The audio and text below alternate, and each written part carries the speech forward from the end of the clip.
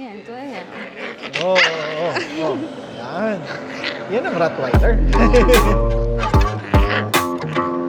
Isang magandang araw, Boss Amo. Di ba may puppy ka? Yes po. Yan po. Makikita po natin mamaya. Baka pag naka 1 million views to, meron ako isang puppy. Pwede po. Uwi nyo na po mamaya eh.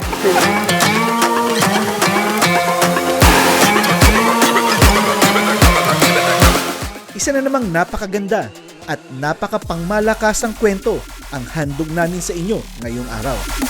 Oo, putang ina, muntikan na yung ano mo. Muntikan na yung braso mo, pre. Wala na isang dangkal, oh. Nagano nga po kami dito eh. Looking for magnanakaw eh. Ako, di ko papasukin to. Pero yung supero, nagmukhang alipin.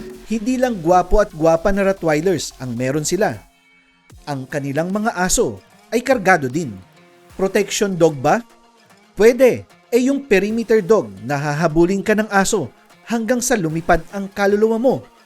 Pwede din. Ito ang Black Warrior Kennel. Ang buong property ay napapaligiran ng mataas na bakod.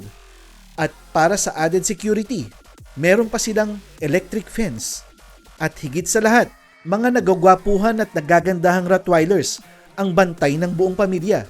At hindi lang yun, halos lahat ng Rottweilers ay trained for protection. At para mas makilala natin ang tao na nasa likod ng Black Warrior, ito ang kanilang kwento. No. Meron lang kaming napansin at meron kaming konting lambing sa inyo. Na-notice kasi namin na sa Facebook ay meron kaming 2.2 million followers. Pero sa aming YouTube ay meron lang kaming 127,000 followers at the moment. Medyo malayo yung medyo malayo yung discrepancy at sana ang lambing lang namin ay mag-subscribe kayo sa aming YouTube channel.